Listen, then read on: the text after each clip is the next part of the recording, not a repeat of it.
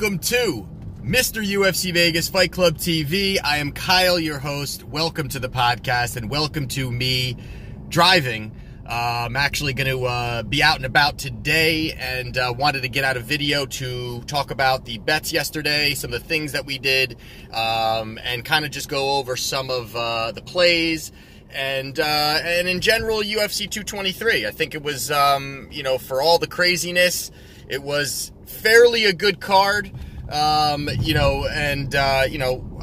got to really just tip my hat to, Ally Quinta. The guy really did, as much as he could. And my 2 cents on that, I'll definitely get into more of the stuff and really more of the breakdown of all of the fights later in the week. Like I said, just wanted to really get this one out to everybody. But Ally Quinta, did as much as he could. And early on, he was in a boatload of trouble in that first round. And he was really able to do what he needed to do to get out of some bad spots. And his wrestling definitely helped him. I think he was very, very, which he should be, very, very worried about the takedowns. And, just was susceptible to those jabs. The jabs were ridiculous. I mean, Khabib, I don't know how many jabs he landed, but, Al did not feel like he was, he was needing to block any of them. So, he definitely took a beating there, and a lot of shots, a lot of damage to the face. And, sorry guys, you can see, I'm trying to, drive a little bit here, and get this out. But, going to the fights that we had, Felice Herrig versus Karolina, and in that fight, for me, really, little bit upset in the fact that the way that Felice took that fight, she did not, early on she did attempt a few takedowns, but she really was sticking to the striking game. And I had said in the podcast that if she sticks with just standing and striking with Karolina, that's going to be extremely bad news for Felice. Much more technical Karolina is. She's extremely more technical, and she just was able to pick her apart. There was a couple good opportunities that she had late in that third round. Just was not enough. Got excited for a minute there, but like we had said in that podcast, that if she stands and she tries to trade with Karolina, it's just not going to be a good thing for her.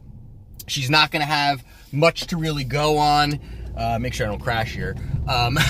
Much to really go on in the striking department. She's got the ability, but inside the clinch, and I really thought she would have the strength, the pure strength, over Felice. Over Karolina. And she really did not. Those muscles were not doing what I thought they would do for her. I really thought that she was going to be able to muscle her around. And Karolina is technically so sound within the clinch and was able to really use leverage over the fact that Felice had the strength in general over her, but definitely as in a look at just where she was leveraging her legs, placing her arms. She just had the ability to really do a lot of great things there. And, that really gave, Karolina opportunities to just really pick her apart. And I give Karolina a lot of credit. Not sure who she's going to face next. It would be interesting to see kind of who she faces and where she's going to be going next in her career.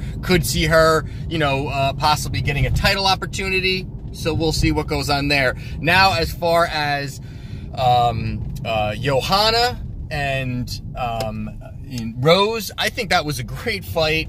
And quick breakdown of that as well. Rose, really, really solid movement. Unbelievable movement by her. She's able to really move around the way that she wants to move around and find opportunities, to really,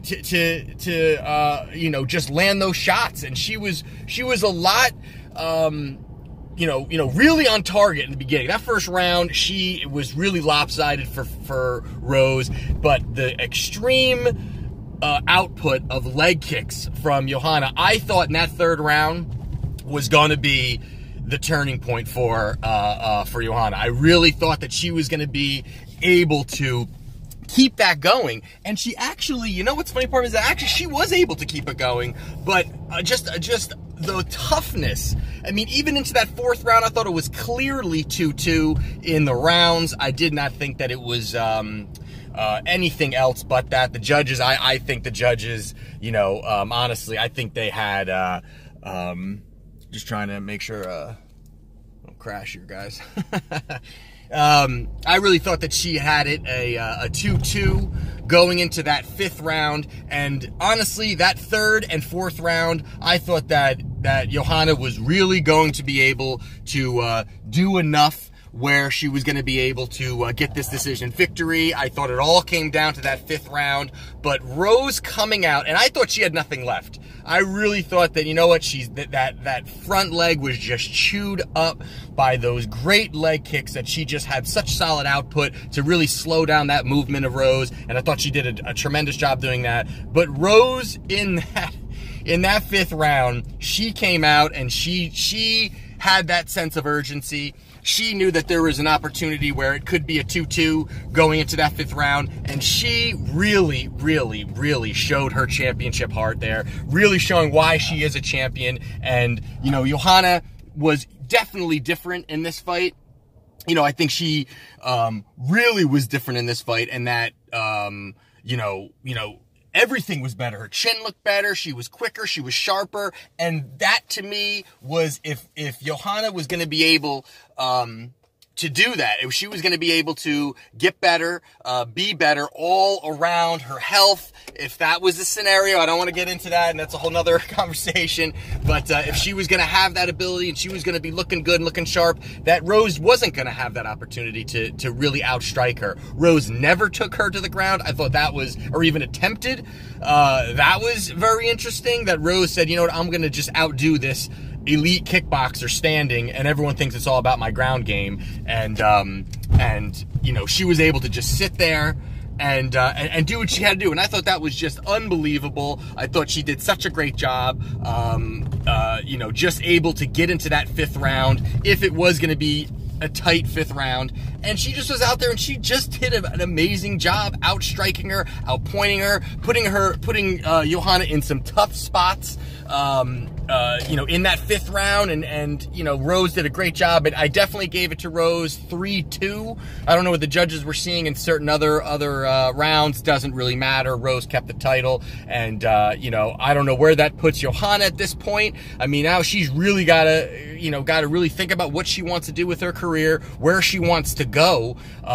You know, whether it's another division. You know, and a lot of people now for Rose are saying that Andrade would be the next step for her, and I think that is going to be an extraordinary matchup when you've got you know, the way that Rose fights and the way Andrade fights. I think that's really going to present a tremendous fight. So I'm excited if that's going to be something that's going to be happening next. But, you know, again, you know, we'll kind of see how all that plays out. But, you know, wanted to get this video out, guys. As you can see, like you said, I'm, you know, I'm doing a couple things today, driving around, and I won't get back to my studio at my house, at my bar, until later on. So I just wanted to get this out to all you guys, a little quick rundown of my thoughts. Let me know what you guys think. We're having some great conversations. I know there's a couple of you guys that were, you know, feeling the same way about Felice. You know, Rodriguez was another one. You know, I know Downhill was all up on that one. So, you know, there's a couple other plays that we had. Did not work out for us in certain spots here. Our best bet, which we are 15-6 plus 12.35 units, did not fell through because we had Paul Felder, so there was no play on the big bet of the evening. But the great part about it is we are in a great run of fights. There is the fight that's going to be going on, Fox 29, which is going to be this coming, or next weekend, next Saturday. And the following one is in Atlantic City, which I have bought tickets. I will be there, lower level with my wife, so we'll be definitely doing some footage out there, definitely more than the last time we were out at the casino. So we'll see how it all goes, guys. Let me know your thoughts. Don't forget to subscribe, comment, all that other junk. And this is Mr. UFC Vegas, Fight Club TV.